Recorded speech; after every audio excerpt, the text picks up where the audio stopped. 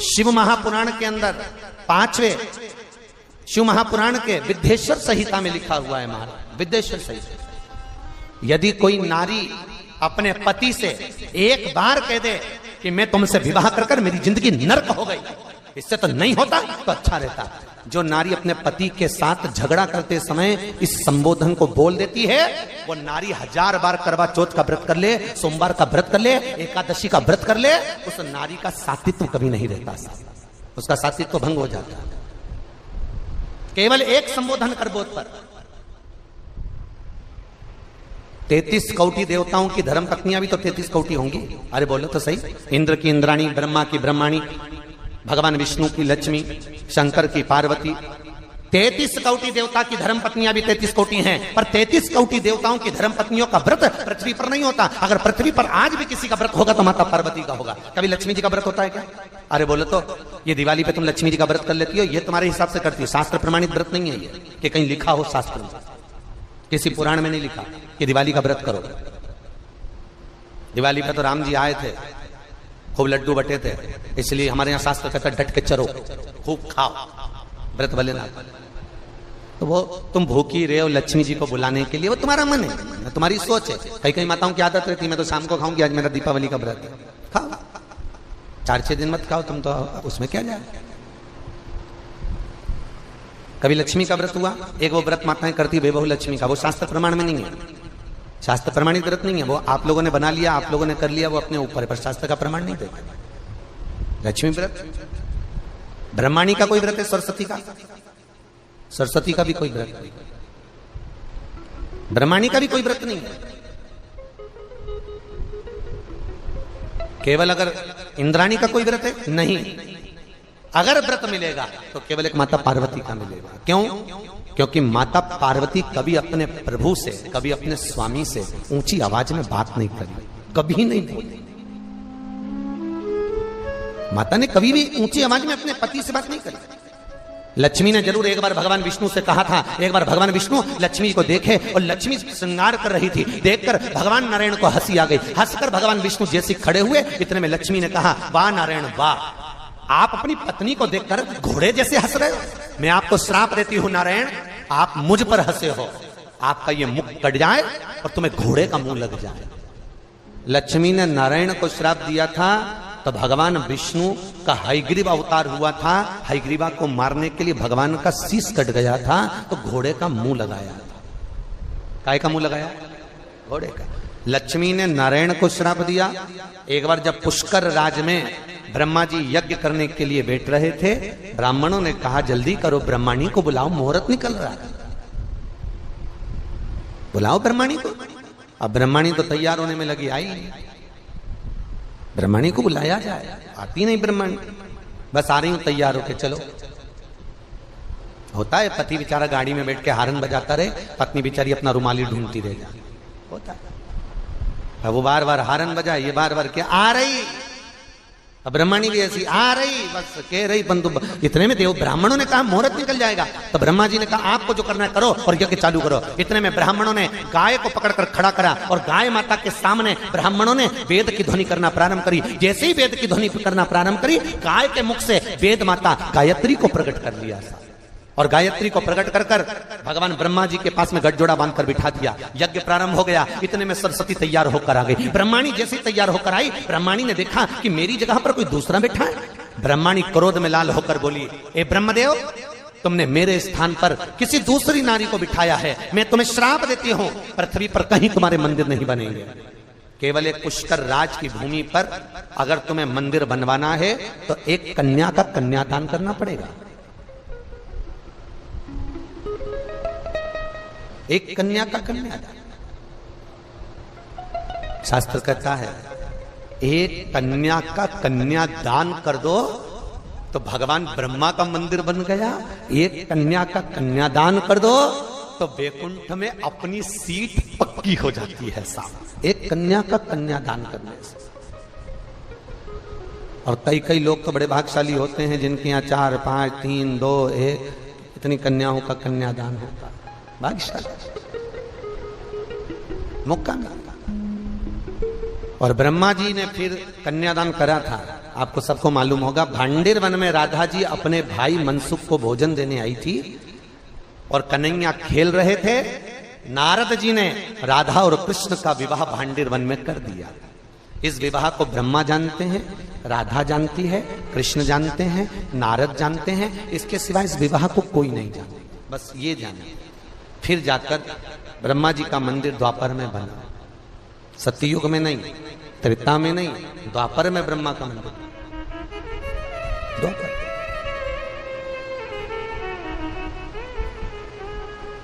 द्वापर मंदिर। ब्रह्माणी ने ब्रह्मा को श्राप दिया था, नारायणी लक्ष्मी ने भगवान विष्णु को श्राप दिया था, इंद्राणी ने इंद्र को श्राप दिया था, पर माता पार्वती ने कभी भगवान शंकर से ऊंची आवाज में बात नहीं करी थी।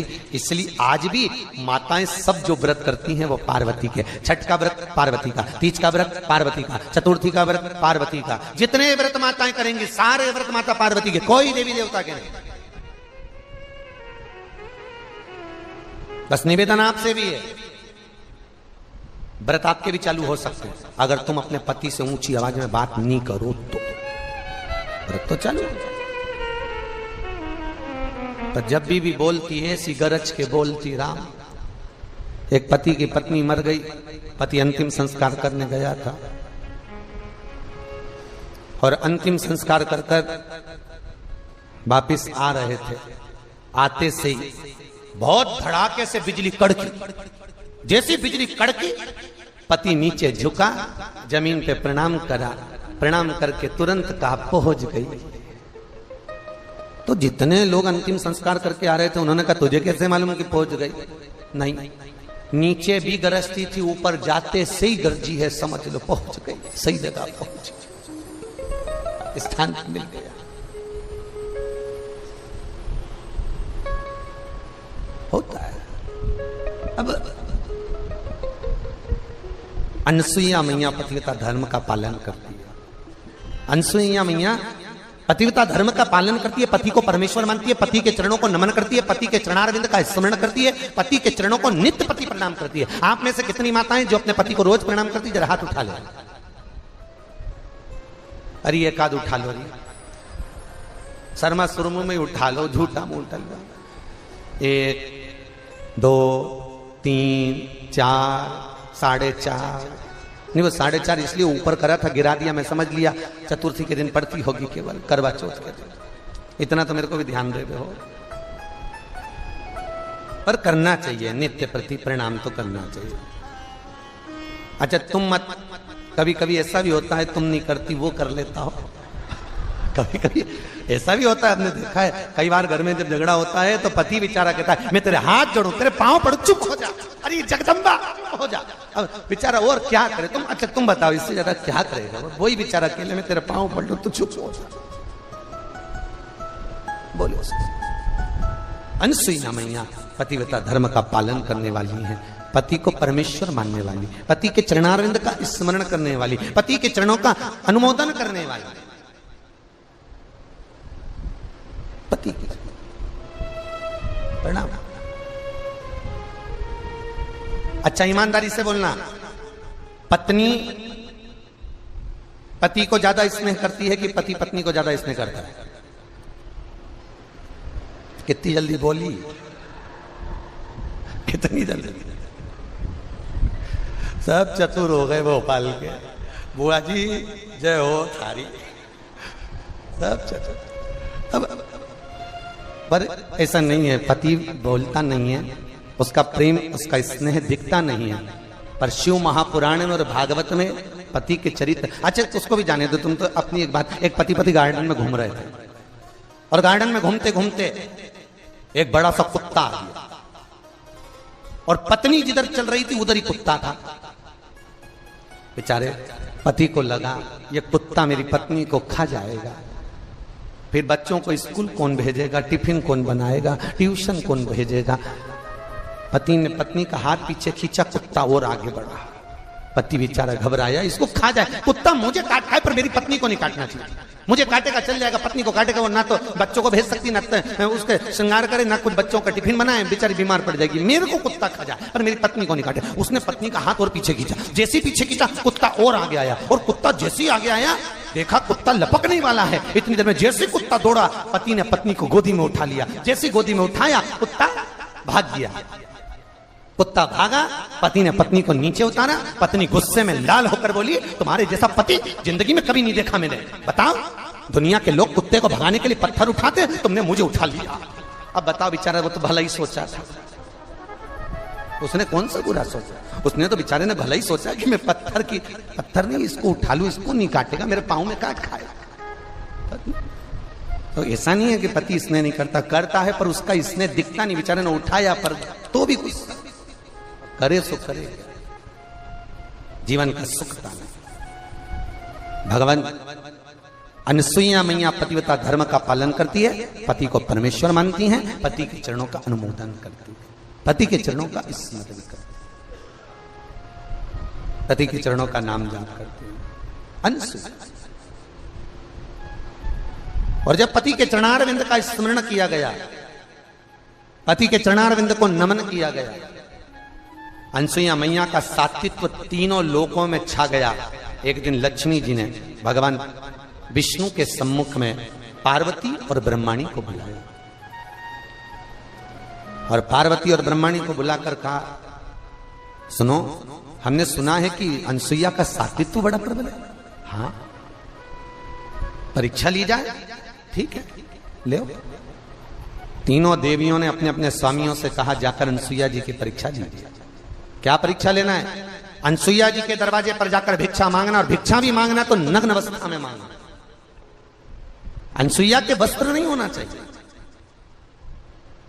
एक नारी दूसरी नारी के लिए शब्द कर रही है कि भिक्षा मांगना तो ऐसी मांगना कि तन पर वस्त्र ना हो। भगवान विष्णु ने लक्ष्मी से कहा, रही हो लक्ष्मी, ये कैसे प्रसंग कर रही है तू? तेरी बुद्धि, तेरी सोच, तेरी वृत्ति गई कहां? ये कहां चली गई?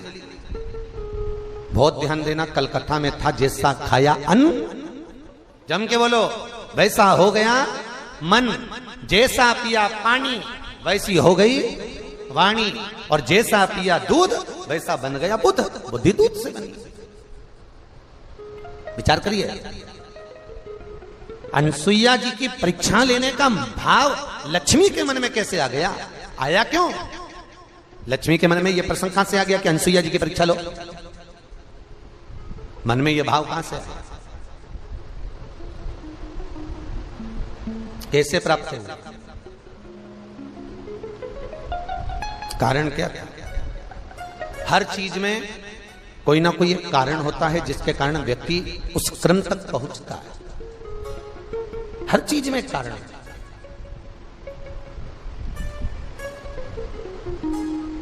अब एक बार की बात है, माता लक्ष्मी इंद्राणी के घर गई थी।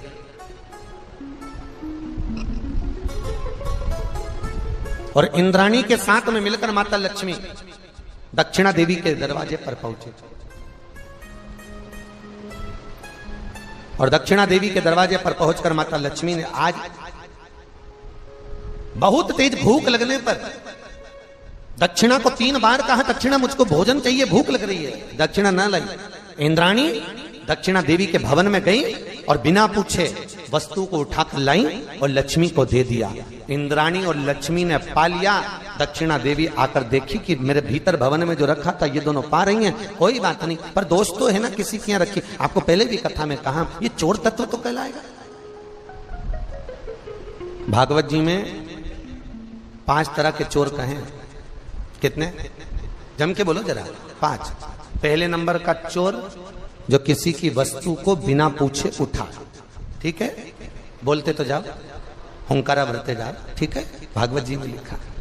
पहले नंबर का चोर जो किसी की वस्तु को बिना पूछे उठाए, वो भी चोर कहलाता है। दूसरे नंबर का चोर किसी के घर में बिना पूछे चले जाए, वो भी चोर कहलाता है। तीसरे नंबर का चोर जो भगवान को दिए बिना पहले खुद खा जाता है, वो भी चोर कहलाता है। चौथे नंबर का चोर किसी की रखी हुई वस्तु को ठोकर मारकर चले जाए वो भी चोर कहलाता है। 5वें नंबर का चोर बाजार गया, गजक खरीदी, आइसक्रीम खरीदी, टॉफी खरीदी, जेब में भरी, अपनी पत्नी के कमरे में जाकर चुपचाप दोनों धनी लुकाई खा गए और बूढ़े माँ बाप को नहीं दिया, वो भी चोर कहलाता, वो भी चोर कहलाता।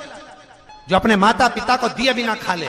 शास्त्र कथा है, भागवत वर्णन करती है, अगर एक पुड़िया अपनी पत्नी के लिए लेकर आया था, 10 रुपए की गजक अपनी पत्नी के लिए लेकर आया था, तो 10 रुपए की पुड़िया अपनी बूढ़ी माँ के लिए, बूढ़े बाप के लिए बंधवा कर लाता तो चोर नहीं कहलाता।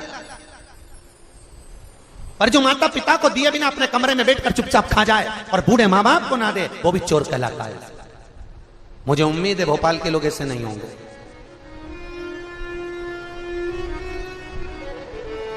चोरी का तत्व है, भगवान को समर्पित करे बिगर भी पाले ना, ये चुटकाई है।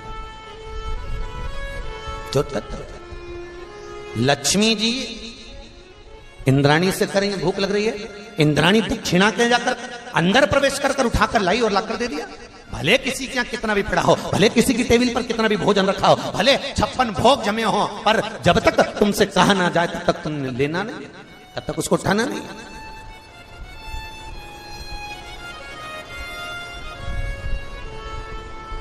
उसको स्वीकृत नहीं किया। कई लोग मंदिर में पंडित जी नहीं रहते तो पंचपातर उठा के अपने ही हाथ से चरणामत ले लेंगे, अपने हाथ से तुलसी दल ले लेंगे, खा के चले जाते हैं और इतने बड़े धर्मात्मा बनेंगे, बढ़िया चकाचक टंगा पाटी पाट पड़ा के सिर पे पल्लू मल्लू लेके, और सब पंडित जी नहीं है, इनने ही सब ले लिया, ले लुआ के चल दिए। ईमानदारी से बोलो, हो कि नहीं चोटे? अरे बोलो तो सरी, चोर हो कि नहीं? आज्ञा ली तुमने? राम जी से पूछा, जिसके मंदिर में खड़े थे उस परमात्मा से पहले आज्ञा लेना थी कि भले पंडित जी नहीं है तो भगवान से कहना था, प्रभु पंडित जी नहीं है, हम ले लें आपसे, पंचामत चरणामत लें आपसे, और भगवान आज्ञा दे दें तो ले लो। अरे है ही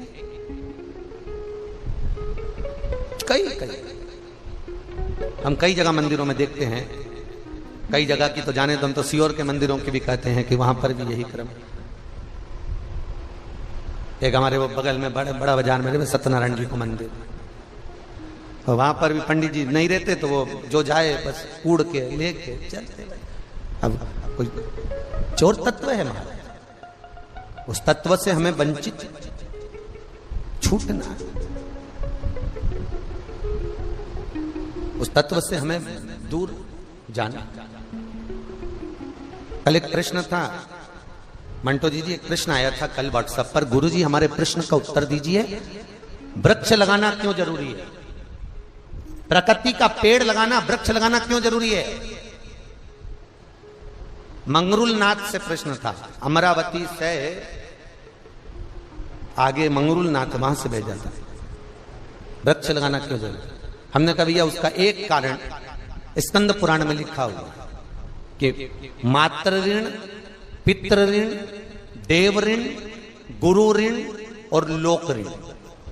कितने ऋण? 5। लोक ऋण, लोक ऋण मनुष्य पर कब चढ़ता है? जब उसका अंतिम संस्कार होता है। अंतिम संस्कार के समय पर उसके नीचे चिता जलाते समय लकड़ियां लगाई जाती है, उस लकड़ी में जो आग लगती है, उस लकड़ी का ऋण मरने वाले की छाती पे चढ़ जाता है, उसको कहते हैं लोक ऋण। कौन सा ऋण है वो? लोक ऋण। गरुड़ पुराण के 5वें अंश में भी लिखा हुआ है, मातृ ऋण चुकाना सरल है, पितृ ऋण चुकाना सरल है, गुरु ऋण चुकाना सरल है, आदिक आदिक जितने ऋण हैं चुका सकते हो, पर लोक ऋण कब चुकेगा? तो भगवान कहता है इसको लोक ऋण चुकाने के लिए एक बार फिर जन्म दिया जाए, और ये पृथ्वी पर जब जन्म लेगा एक वृक्ष लगाएगा, वृक्ष लगाएगा तब जाकर इसका जो चिता के समय जला हुआ जो ऋण था तब चूकेगा। उस लोक ऋण को चुकाने के लिए पुनः जन्म मिलता है कि एक वृक्ष लगाओ, मरने से पहले एक पेड़ लगाकर जाना, जिससे हम उस ऋण से चूक जाए, उस ऋण से हम वंचित हो जाए। बोलो, उस ऋण से हम दूर हो जाए। आप में से किसी ने लगाए कि नहीं लगाए? लगाए सबने, लगाना चाहिए। एक वृक्ष अवश्य लगा कि हम मरेंगे और मरने पर किसी का ऋण लेकर नहीं जाना, मरने पर किसी को छाती पर बिठा कर नहीं जाना, उस ऋण से चूक कर जाना है, उस ऋण से वंचित होकर जाना। वो लोग ऋण, पर दुनिया के लोग बस ये 2-4 ऋण बता देते, माता ऋण, पिता ऋण, गुरु ऋण, पर ये कभी नहीं बोलते कि प्रकृति का भी ऋण हमारे ऊपर लगा हुआ, उसको भी ध्यान दो। और वो ऋण हो, वो लोक ऋण, वो ऋण हमारे जीवन का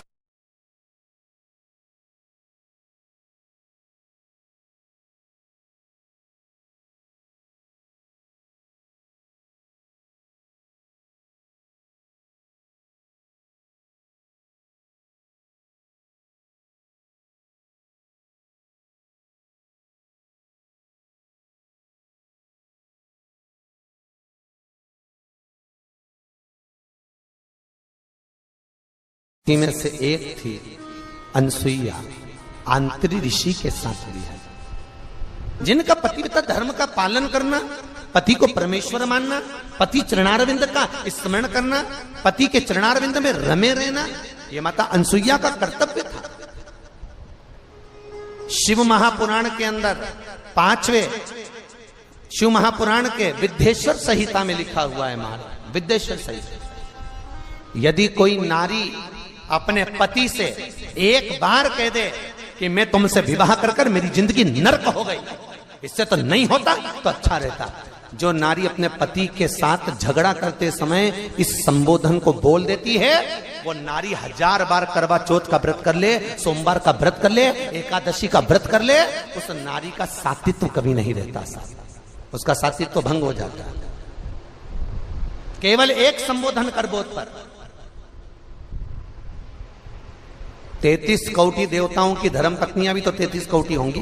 अरे बोलो तो सही, इंद्र की इंद्राणी, ब्रह्मा की ब्रह्माणी, भगवान विष्णु की लक्ष्मी, शंकर की पार्वती, 33 कौटी देवता की धर्म पत्नियां भी 33 कौटी हैं, पर 33 कौटी देवताओं की धर्म पत्नियों का व्रत पृथ्वी पर नहीं होता। अगर पृथ्वी पर आज भी किसी का व्रत होगा तो माता पार्वती का होगा। कभी लक्ष्मी जी का व्रत होता है क्या?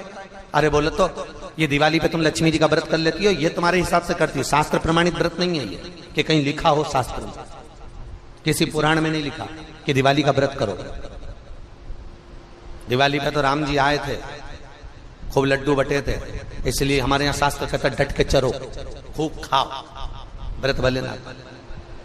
तो वो तुम भूखी रहे हो लक्ष्मी जी को बुलाने के लिए, वो तुम्हारा मन है, तुम्हारी सोच है। कई कई माताओं की आदत रहती है, मैं तो शाम को खाऊंगी, आज मेरा दीपावली का व्रत है, खाओ, 4-6 दिन मत खाओ तुम, तो उसमें क्या जाए। कभी लक्ष्मी का व्रत हुआ, एक वो व्रत माताएं करती बेबहू लक्ष्मी का, वो शास्त्र प्रमाण में नहीं है, शास्त्र प्रमाणित व्रत नहीं है, वो आप लोगों ने बना लिया, आप लोगों ने कर लिया, वो अपने ऊपर है, पर शास्त्र का प्रमाण नहीं देगा। लक्ष्मी व्रत, ब्रह्माणी का कोई व्रत है, सरस्वती का, सरस्वती का भी कोई व्रत नहीं, ब्रह्माणी का भी कोई व्रत नहीं है। केवल अगर इंद्राणी का कोई व्रत है, नहीं, अगर व्रत मिलेगा तो केवल एक माता पार्वती का मिलेगा। क्यों? क्योंकि माता पार्वती कभी अपने प्रभु से, कभी अपने स्वामी से ऊंची आवाज में बात नहीं करी, कभी नहीं बोली। माता ने कभी भी ऊंची आवाज में अपने पति से बात नहीं करी। लक्ष्मी ने जरूर एक बार भगवान विष्णु से कहा था, एक बार भगवान विष्णु लक्ष्मी को देखे और लक्ष्मी श्रृंगार कर रही थी, देखकर भगवान नारायण को हंसी आ गई। हंसकर भगवान विष्णु जैसे खड़े हुए, इतने में लक्ष्मी ने कहा, वाह नारायण वाह, आप अपनी पत्नी को देखकर घोड़े जैसे हंस रहे हो। मैं आपको श्राप देती हूं नारायण, आप मुझ पर हंसे हो, आपका ये मुख कट जाए और तुम्हें घोड़े का मुंह लग जाए। लक्ष्मी ने नारायण को श्राप दिया था तो भगवान विष्णु का हयग्रीव अवतार हुआ था, हयग्रीवा को मारने के लिए भगवान का शीश कट गया था, तो घोड़े का मुंह लगाया था। काय का मुंह लगाया? घोड़े का। लक्ष्मी ने नारायण को श्राप दिया। एक बार जब पुष्कर राज में ब्रह्मा जी यज्ञ करने के लिए बैठ रहे थे, ब्राह्मणों ने कहा जल्दी करो, ब्रह्माणी को बुलाओ, मुहूर्त निकल रहा है, बुलाओ ब्रह्माणी को। अब ब्रह्माणी तो तैयार होने में लगी, आई नहीं, ब्रह्माणी को बुलाया जाए, आती नहीं ब्रह्माणी, बस आ रही हूं तैयार होके, चलो। होता है पति बेचारा गाड़ी में बैठ के हारन बजाता रहे, पत्नी बेचारी अपना रुमाली ढूंढती रह जाए, होता है। वो बार बार हारन बजाए, ये बार बार क्या आ रही, अब ब्रह्मणी भी ऐसी आ रही, बस कह रही बंधु। इतने में देव ब्राह्मणों ने कहा मुहूर्त निकल जाएगा, तो ब्रह्मा जी ने कहा आपको जो करना है करो और यज्ञ चालू करो। इतने में ब्राह्मणों ने गाय को पकड़कर खड़ा करा और गाय माता के सामने ब्राह्मणों ने वेद की ध्वनि करना प्रारंभ करी। जैसे ही वेद की ध्वनि करना प्रारंभ करी, गाय के मुख से वेद माता गायत्री को प्रकट कर लिया और गायत्री को प्रकट कर कर भगवान ब्रह्मा जी के पास में गठजोड़ा बांधकर बिठा दिया। यज्ञ प्रारंभ हो गया। इतने में सरस्वती तैयार होकर आ गई। ब्रह्माणी जैसे तैयार होकर आई, ब्रह्माणी ने देखा कि मेरी जगह पर कोई दूसरा बैठा है। ब्रह्माणी क्रोध में लाल होकर बोली, ए ब्रह्मदेव, तुमने मेरे स्थान पर किसी दूसरी नारी को बिठाया है। मैं तुम्हें श्राप देती हूं, पृथ्वी पर कहीं तुम्हारे मंदिर नहीं बनेंगे। केवल एक पुष्कर राज की भूमि पर अगर तुम्हें मंदिर बनवाना है तो एक कन्या का कन्यादान करना पड़ेगा।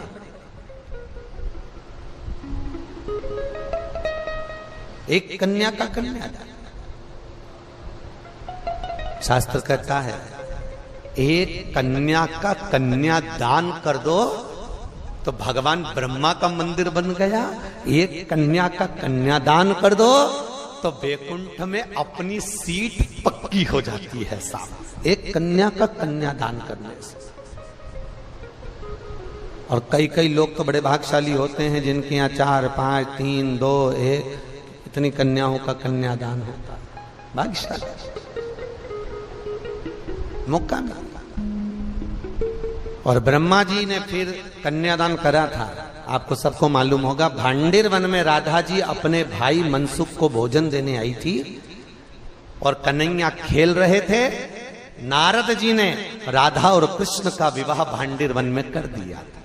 इस विवाह को ब्रह्मा जानते हैं, राधा जानती है, कृष्ण जानते हैं, नारद जानते हैं। इसके सिवाय इस विवाह को कोई नहीं जानता, बस ये जानते। फिर जाकर ब्रह्मा जी का मंदिर द्वापर में बना। सत्ययुग में नहीं, त्रेता में नहीं, द्वापर में ब्रह्मा का मंदिर। द्वापर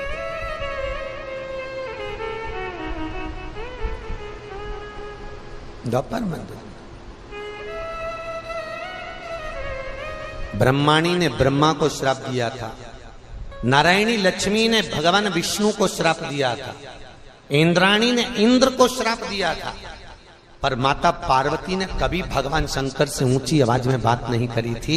इसलिए आज भी माताएं सब जो व्रत करती हैं वो पार्वती के। छठ का व्रत पार्वती का, तीज का व्रत पार्वती का, चतुर्थी का व्रत पार्वती का। जितने व्रत माताएं करेंगी सारे व्रत माता पार्वती के, कोई देवी देवता के नहीं।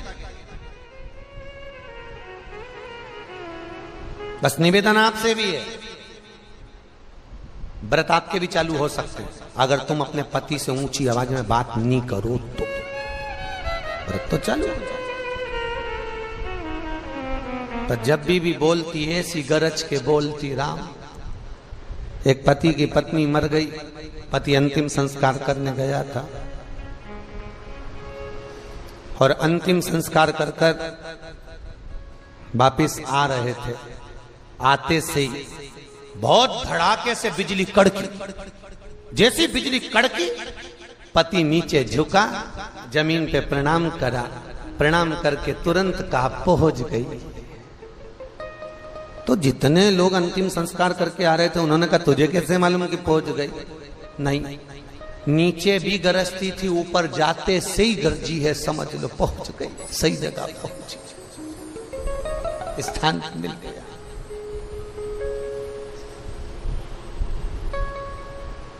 होता है। अब अनसुईया मैया पतिव्रता धर्म का पालन करती है। अनसुईया मैया पतिव्रता धर्म का पालन करती है, पति को परमेश्वर मानती है, पति के चरणों को नमन करती है, पति के चरणारविंद का स्मरण करती है, पति के चरणों को नित्य पति प्रणाम करती है। आप में से कितनी माताएं जो अपने पति को रोज प्रणाम करती है? जरा हाथ उठा ले। अरे एक आध उठा लो, शर्मा सुरमु में उठा लो, झूठा मुंह उठा लो।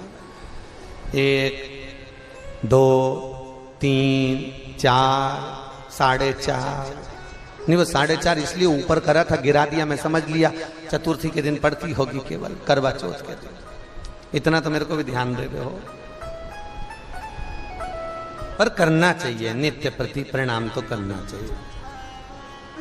अच्छा तुम मत, कभी कभी ऐसा भी होता है तुम नहीं करती वो कर लेता हो। कभी कभी ऐसा भी होता है, आपने देखा है कई बार घर में जब झगड़ा होता है तो पति बेचारा कहता है मैं तेरे हाथ जोड़ू, तेरे पांव पड़ू, चुप हो जा, अरे जगदम्बा चुप हो जा।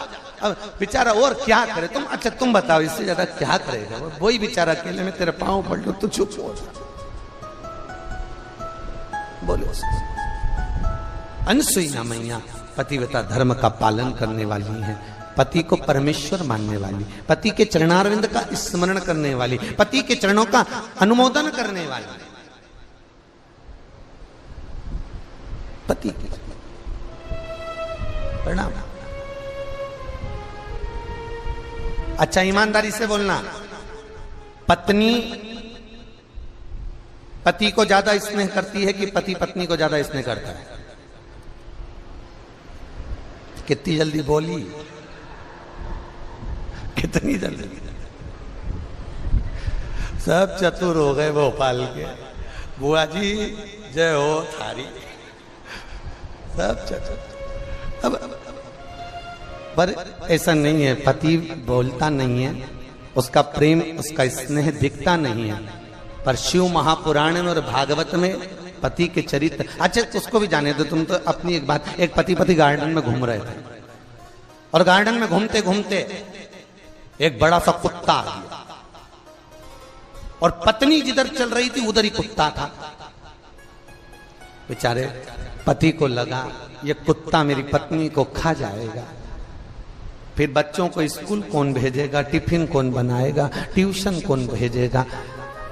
पति ने पत्नी का हाथ पीछे खींचा, कुत्ता और आगे बढ़ा। पति बेचारा घबराया, इसको खा जाए, कुत्ता मुझे काट खाए पर मेरी पत्नी को नहीं काटना चाहिए, मुझे काटेगा चल जाएगा, पत्नी को काटेगा वो, ना तो बच्चों को भेज सकती, ना तो उसके श्रृंगार करे, ना कुछ बच्चों का टिफिन बनाए, बेचारी बीमार पड़ जाएगी, मेरे को कुत्ता खा जाए पर मेरी पत्नी को नहीं काटे। उसने पत्नी का हाथ और पीछे खींचा, जैसे ही पीछे खींचा कुत्ता और आगे आया, और कुत्ता जैसे ही आगे आया देखा कुत्ता लपकने वाला है। इतनी देर में जैसे कुत्ता दौड़ा, पति ने पत्नी को गोदी में उठा लिया, जैसे गोदी में उठाया कुत्ता भाग गया। कुत्ता भागा, पति ने पत्नी को नीचे उतारा, पत्नी गुस्से में लाल होकर बोली तुम्हारे जैसा पति जिंदगी में कभी नहीं देखा मैंने। बताओ दुनिया के लोग कुत्ते को भगाने के लिए पत्थर उठाते, तुमने मुझे उठा लिया। अब बताओ बेचारा वो तो भला ही सोचा था, उसने कौन सा बुरा सोचा, उसने तो बेचारे ने भला ही सोचा कि मैं पत्थर नहीं इसको उठा लूं, इसको नहीं काटेगा, मेरे पांव में काट खाएगा। तो ऐसा नहीं है कि पति स्नेह नहीं करता, करता है पर उसका स्नेह दिखता नहीं। बेचारे ने उठाया पर तो भी कुछ करे सो करे, जीवन का सुख पाना। भगवान अनसुईया मैया पतिव्रता धर्म का पालन करती है, पति को परमेश्वर मानती हैं, पति के चरणों का अनुमोदन करती है, पति के चरणों का स्मरण करती है, पति के चरणों का नाम जाप करती है अनसुईया। और जब पति के चरणारविंद का स्मरण किया गया, पति के चरणारविंद को नमन किया गया, अनसुईया मैया का सात्वित्व तीनों लोकों में छा गया। एक दिन लक्ष्मी जी ने भगवान विष्णु के सम्मुख में पार्वती और ब्रह्माणी को बुलाया,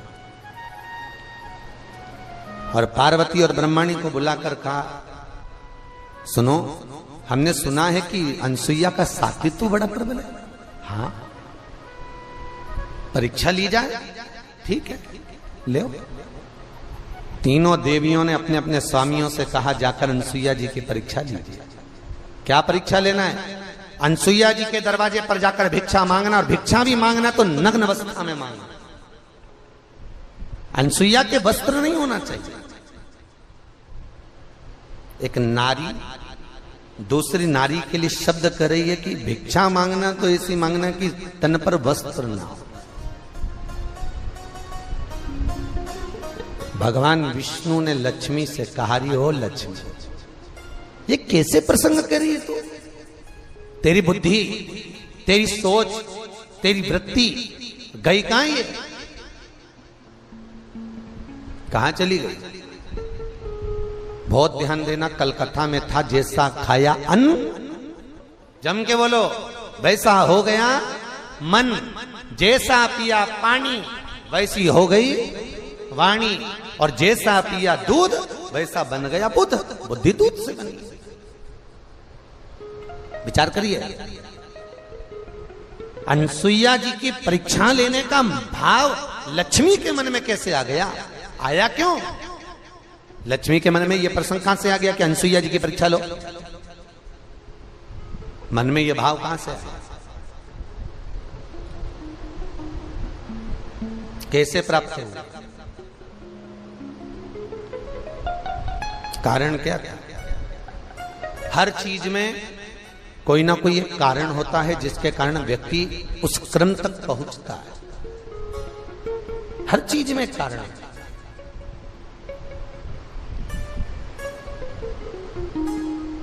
अब एक बार की बात है, माता लक्ष्मी इंद्राणी के घर गई।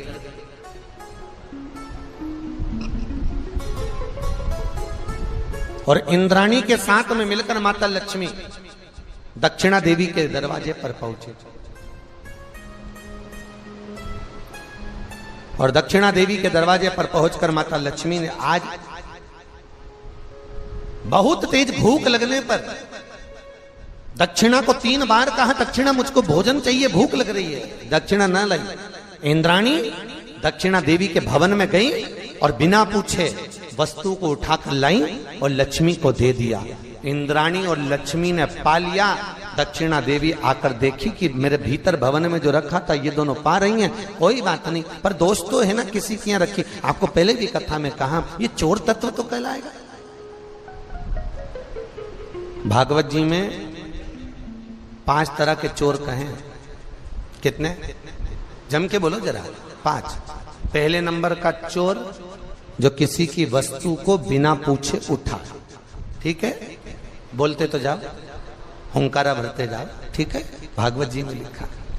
पहले नंबर का चोर जो किसी की वस्तु को बिना पूछे उठाए, वो भी चोर कहलाता है। दूसरे नंबर का चोर किसी के घर में बिना पूछे चले जाए, वो भी चोर कहलाता है। तीसरे नंबर का चोर जो भगवान को दिए बिना पहले खुद खा जाता है, वो भी चोर कहलाता है। चौथे नंबर का चोर किसी की रखी हुई वस्तु को ठोकर मारकर चले जाए, वो भी चोर कहलाता है। 5वें नंबर का चोर बाजार गया, गजक खरीदी, आइसक्रीम खरीदी, टॉफी खरीदी, जेब में भरी, अपनी पत्नी के कमरे में जाकर चुपचाप दोनों धनी लुगाई खा गए और बूढ़े माँ बाप को नहीं दिया, वो भी चोर कहलाता। वो भी चोर कहलाता जो अपने माता पिता को दिए बिना खा ले। शास्त्र कहता है, भागवत वर्णन करती है, अगर एक पुड़िया अपनी पत्नी के लिए लेकर आया था, 10 रुपए की गजक अपनी पत्नी के लिए लेकर आया था, तो 10 रुपए की पुड़िया अपनी बूढ़ी माँ के लिए, बूढ़े बाप के लिए बंधवा कर लाता, तो चोर नहीं कहलाता। और जो माता पिता को दिए बिना अपने कमरे में बैठकर चुपचाप खा जाए और बूढ़े माँ बाप को ना दे, वो भी चोर कहलाता है। मुझे उम्मीद है भोपाल के लोग ऐसे नहीं होंगे।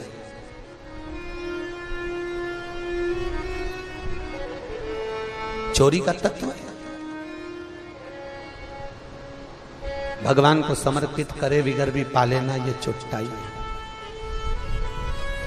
चोर तत्व। लक्ष्मी जी इंद्राणी से करेंगे, भूख लग रही है, इंद्राणी दक्षिणा के जाकर अंदर प्रवेश कर उठाकर लाई और लाकर दे दिया।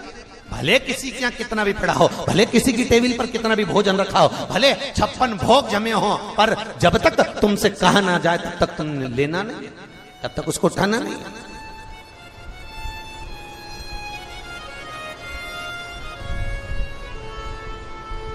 उसको स्वीकृत नहीं किया। कई लोग मंदिर में पंडित जी नहीं रहते तो पंचपातर उठा के अपने ही हाथ से चरणामत ले लेंगे, अपने हाथ से तुलसी दल ले लेंगे, खा के चले जाते हैं और इतने बड़े धर्मात्मा बनेंगे, बढ़िया चकाचक टंगा पाटी पाट पड़ा के सिर पे पल्लू मल्लू लेके, और सब पंडित जी नहीं है, इनने ही सब ले लिया, ले लुआ के चल दिए। ईमानदारी से बोलो, हो कि नहीं चोटते? अरे बोलो तो सरी, चोर हो कि नहीं? आज्ञा ली तुमने? राम जी से पूछा जिसके मंदिर में खड़े थे उस परमात्मा से पहले आज्ञा लेना थी कि भले पंडित जी नहीं है तो भगवान से कहना था, प्रभु पंडित जी नहीं है, हम ले लें आपसे, पंचामत चरणामत लें आपसे, और भगवान आज्ञा दे दें तो ले लो। अरे है ही कई हम कई जगह मंदिरों में देखते हैं, कई जगह की तो जाने दो, हम तो सीओर के मंदिरों की भी कहते हैं।